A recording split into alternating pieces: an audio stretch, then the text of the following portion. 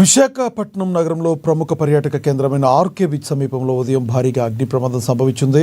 బీచ్కి ఎదురుగా ఉన్న ప్రాంతంలో గల రాధా బీచ్ రెసిడెన్సీ అనే అపార్ట్మెంట్ కాంప్లెక్స్లోని 6వ అంతస్తులో ఈ ఘటన చోటు చేసుకుంది. ప్రమాదం జరిగిన వెంటనే మంటలు భారీగా ఎగిసిపట్టడంతో ఆ ప్రాంతమంతా దట్టమైన పొగకు అమ్మేసింది. ఈ సమాచారం అందుకున్న వెంటనే అగ్నిమాపక సిబ్బంది హుటాహుటిన సంఘటన స్థలానికి చేరుకున్నారు. మంటలను నియంత్రించి వాటిని ఇతర ప్లాట్లకు వ్యాపించకుండా అదుపులోకి తీసుకురావడానికి సిబ్బంది తీవ్రంగా శ్రమిస్తున్నారు.